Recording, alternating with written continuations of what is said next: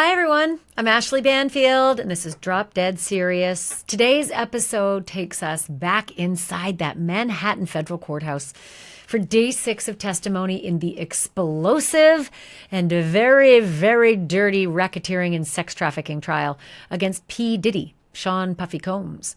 And if you thought last week was intense, buckle up or pour a drink or say your woosahs, because today there was fire and there were photos. It turns out if federal prosecutors are right, Puff Daddy didn't just beat up his girlfriend. He beat up her friends too. And 2 of those friends threw down on the stand today. You remember last week when Don Richard told the jury about witnessing Diddy attacking his girlfriend Cassie with a frying pan? Because, make the eggs, woman.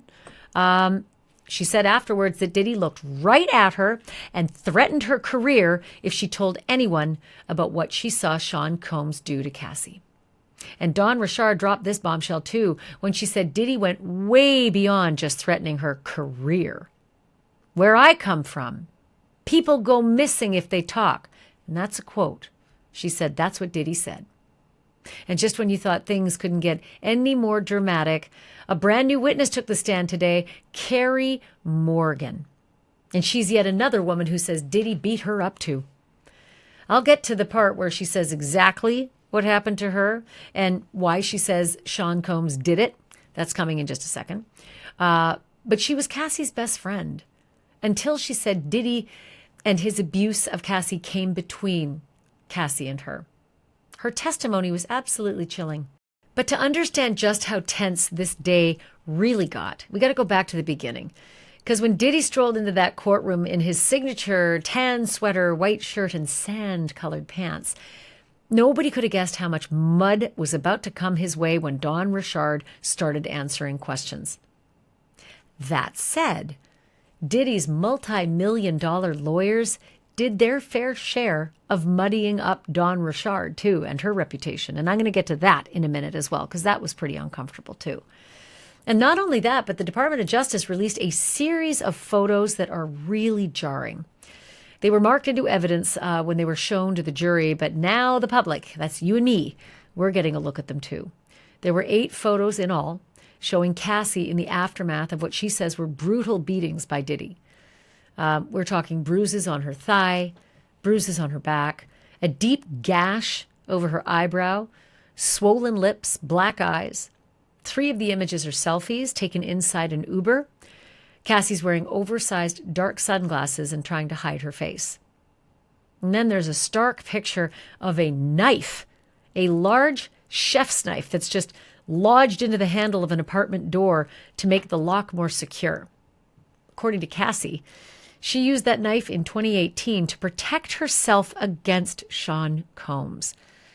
Last week, she testified that Diddy started showing up unannounced at her apartment.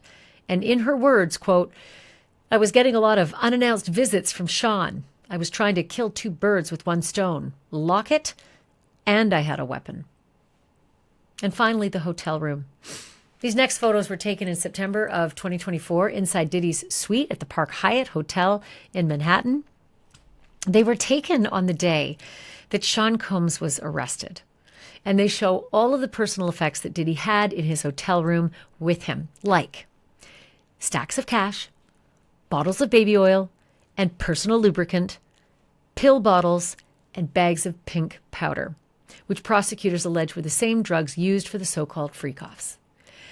Can I just say, where to start?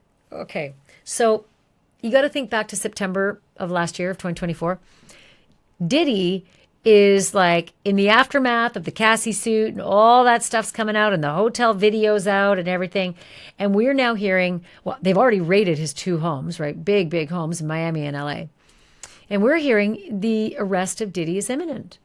But then we're also hearing back in September that he is negotiating the terms of his surrender, right? This happens. It's not that unusual. If you got a guy who looks like he's playing ball and he's like, okay, I'll come down and I'll surrender and give you my passport and do everything, so that we don't have to have agents jump out of the bushes and grab me and throw me into a wagon. That's the circumstance we were in back in September. Puff was negotiating the terms of his surrender. That's why he came to New York. It's why he came to the Park Hyatt, because he was still negotiating the terms of the surrender. And any moment now, he was going to waltz himself into the federal authorities' custody. So what does Puff Daddy do? Well, if the Fed's photographs are accurate, he lubes up the hotel room. I mean, literally, it looked like it was ready for the next freak-off, right? Drugs, wads of cash, tons of baby oil, lots of lube. It's just like the pattern never ends. And all I can think is how stupid could you possibly be? How stupid could you be? He knew what the potential charges were. He was talking to his lawyers. They were talking to the feds. They knew what was coming. They knew it was sex trafficking. They knew it was racketeering. They knew all this stuff. And Puff decides to get a freak-off set up? I mean, I'm guessing that's what it's for, because that's what it was for all the other times, allegedly. So let's go back to Monday, day 6, and let's jump right into it. Dawn Richard was on the stand right off the bat, and she started by revisiting that now infamous skillet incident. Skillet incident. Do you remember the one? She testified to this on day 5. She said that Diddy came after Cassie with a frying pan after saying what the hell with these eggs or something, like a fight over breakfast. And she says that he hit Cassie with a frying pan. The next day in the studio, Dawn said that Diddy pulled her aside along with a fellow bandmate named Kalena Harper. And according to Dawn, Diddy told them, quote, "Where I come from, people go missing if they talk," end quote. But Dawn said she didn't react. She said she told the jury she was shocked, but also that she couldn't believe, quote, this was the beginning of the group. She was talking about the launch of the band Diddy Dirty Money, the moment her career should have taken off. Instead, it was the moment that everything changed. And that was just how Monday started. Dawn opened up about the repeated abuses that she saw Cassie endure at the hands of Sean Combs. She told the jury that she saw Diddy punch Cassie, choke Cassie, slap Cassie. She said, quote, "I saw him kick her. I saw him punch her in the stomach," end quote. One of the most vivid memories she said she had happened at a summer concert in Central Park. Dawn told the jury, quote, "Cassie came into the bathroom crying. Her eye was swelling." And then Dawn said that Cassie began covering up the bruise with makeup and put on sunglasses to try to hide it. The prosecution showed a photo of that day, an actual photo of that day, and all 3 women, Cassie, Dawn, and Kalena, were all wearing sunglasses. And Dawn told the jury, quote, "We wore sunglasses in solidarity. I wanted her to feel supported." And then she dropped another bombshell, a dinner at a restaurant in West Hollywood where Dawn said Diddy again punched Cassie in the stomach. Staffers were there and saw what happened, she said. So were celebrities, she said, but no one intervened. Later, under cross-examination, we found out exactly which celebrities Dawn was referring to. They were Usher and Neo. And still, Dawn continued, quote, "Cass had big dreams, but Diddy made her wait. He made it clear he was in charge," end quote. Dawn said any time that she and Kalena would raise concerns with Cassie about the abuse, Cassie would report it back to Diddy. And then Dawn testified, quote, "Diddy told us to stay out of it and to mind our business." She said she even brought her concerns to the president of Bad Boy Records, Harve Pierre. Dawn said that his response was, quote, "It gets dark and lonely if you don't listen." Dawn pivoted to Diddy's drug use. Weed, cocaine, ketamine, Molly, ecstasy, she said. And she testified he'd do drugs in the studio and at his homes. She told the jury that Diddy's drug dealer was a man named One Stop, who allegedly delivered cocaine, weed, Molly, even birth control and Plan B. Dawn testified to seeing Diddy carry a gun twice, once in 2009 and once in 2010, but she admitted she never saw him wave it, never saw him cock a gun, and never saw him load the gun. And cue Atlas and the Atlas cam. It's a good time for me to tell you that Atlas is always in the studio and he's always sleeping and resting until he has to clear his throat. And it usually is recorded on the mic. So we figured what better time than just to let you see what that noise is. How you doing, bud? You okay? He's 15, so he doesn't hear so good. All right, back to the trial.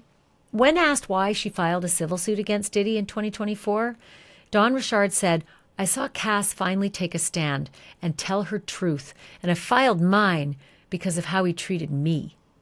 Prosecutors asked Dawn if she was expecting money, and Dawn said, quote, "I'm expecting justice."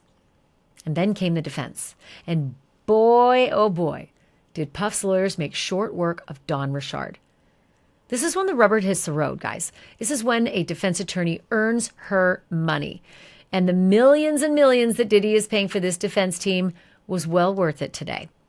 His lawyer, Nicole Westmoreland, did not waste time. Westmoreland started chipping away at the skillet story, pointing out that in Dawn's previous government interviews, she said Diddy threw eggs at Cassie, not that he hit Cassie with the frying pan. Diddy's lawyer asked, "Would you agree with me that it's been hard to keep your story straight?" And Dawn responded, "I told it to the best of my recollection." She was pressed again. Why didn't she mention the death threat in any of her prior interviews? Dawn said, "I'm doing my best to answer these questions. Those interviews were a long time ago." Diddy's lawyer fired back. "A death threat that you didn't recall on 7 different occasions?" She also pointed out that Dawn never told the FBI about Diddy doing cocaine, something she testified to today. She also pointed out that Dawn never mentioned the celebrities at the restaurant either, Usher, Neo. Diddy's lawyer asked, "You would agree with me that as time progresses, your story changes?" And Dawn had to concede, yes.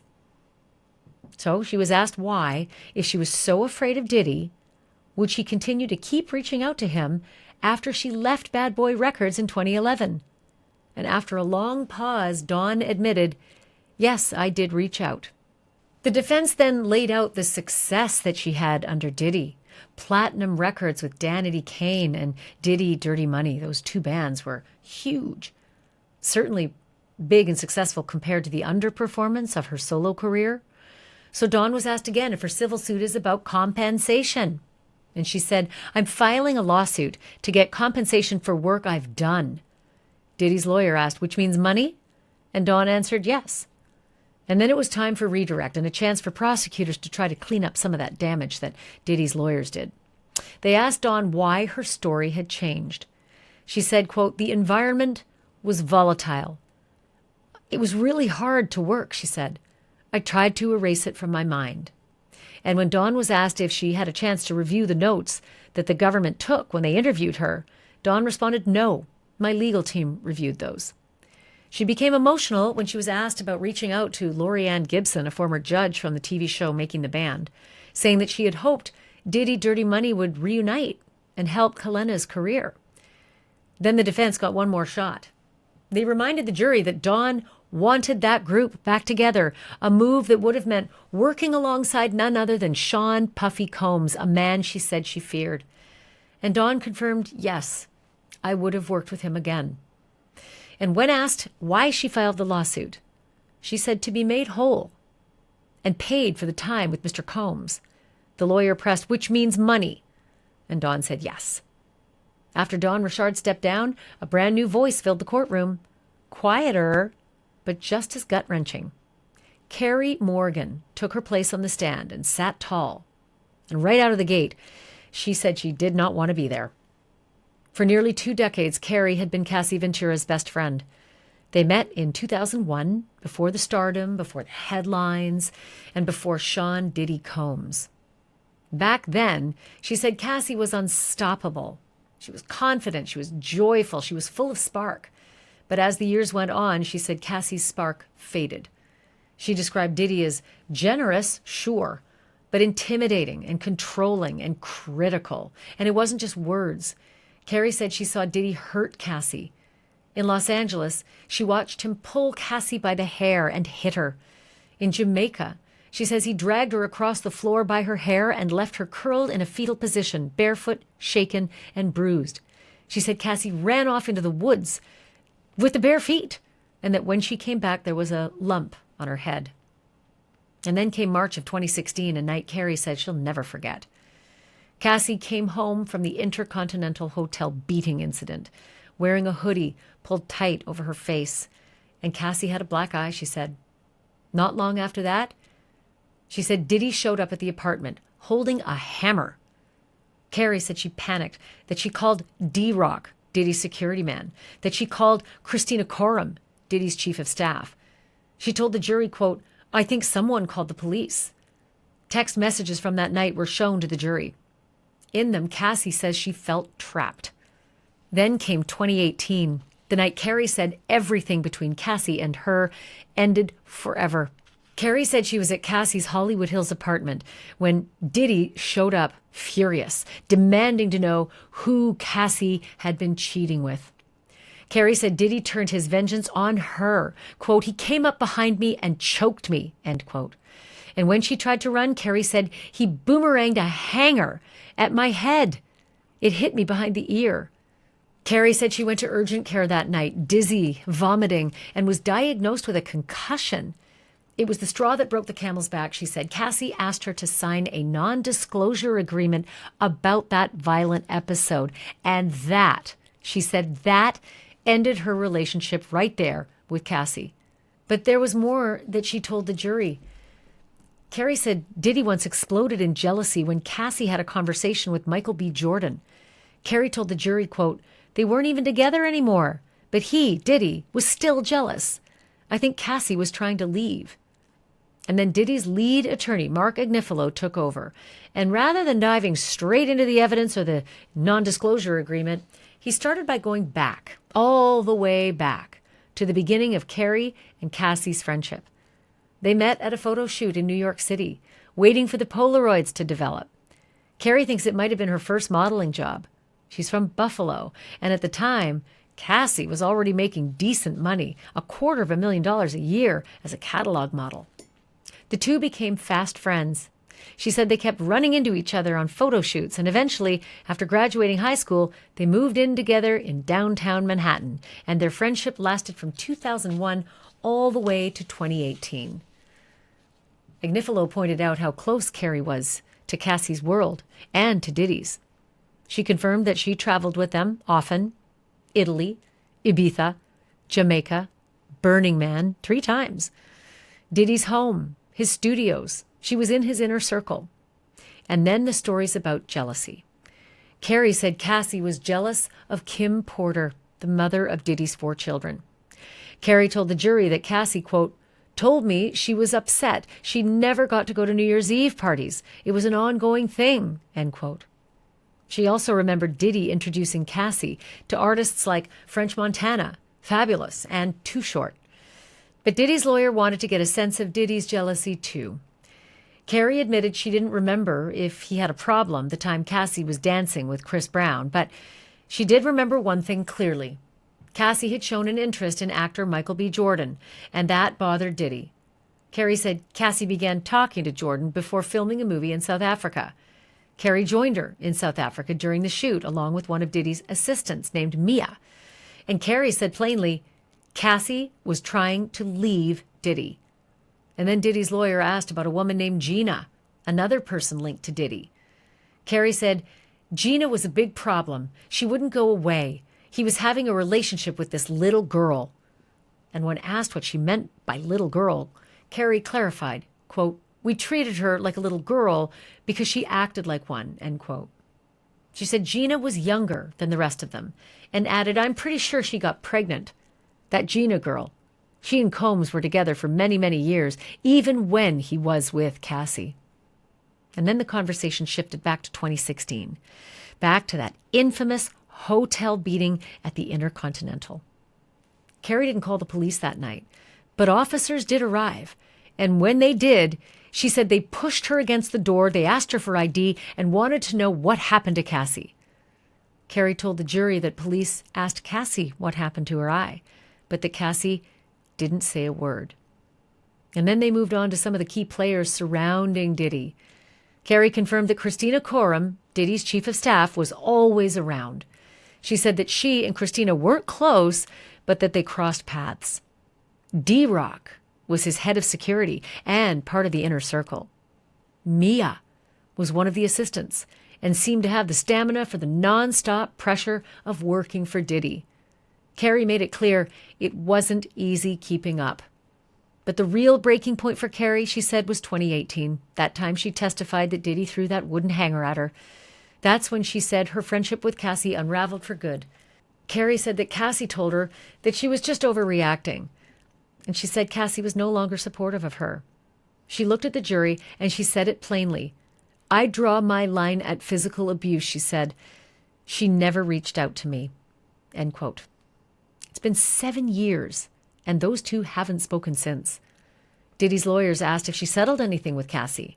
And Kerry clarified, quote, it wasn't with Cassie directly, but I got money. Cassie offered her $30,000 to sign an NDA, a non-disclosure agreement. That's what Kerry told the jury. Quote, it was so I wouldn't tell anyone what I saw, so I wouldn't sue anyone, end quote. They met at a pizza place. Cassie gave her a number. Kerry accepted, and that was the end. Kerry said, I don't know why she hasn't reached out to me. I'm sure she doesn't have the same number anymore, end quote. Diddy's lawyer then stepped back and zoomed out. He said plainly, it's a lot of chaos being in Combs' circle. And Kerry agreed. But then she added something unexpected. Quote, it was fun. It was fun, too. I loved the crew we had. A lot of them were my friends. A big loss, end quote. And then came a surprise exhibit.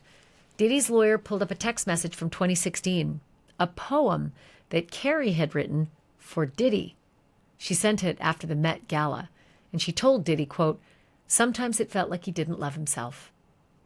And then there was one more thing. Had she ever encouraged Cassie to stay? Kerry said sometimes yes, but most of the time no. Agnifilo closed with photos, images of Kerry, Cassie, and Diddy walking together in May of 2017, just after the Met Ball. It was one of the last times they were all seen together. But for Kerry Morgan, that entire world, the friendships, the music, the chaos, it ended the moment Cassie slid that non-disclosure agreement across the table. The final witness of the day was someone who'd seen Diddy's world from the inside. His former personal assistant, David James. David took the stand quietly, but the moment he began speaking, you could feel the emotion build. David James described the day he was hired. He said he was sitting in the HR offices at Bad Boy Worldwide Entertainment Group. The head of HR pointed to a photo on the wall. She said, quote, this is Mr. Combs' kingdom. We're all here just to serve in it, end quote.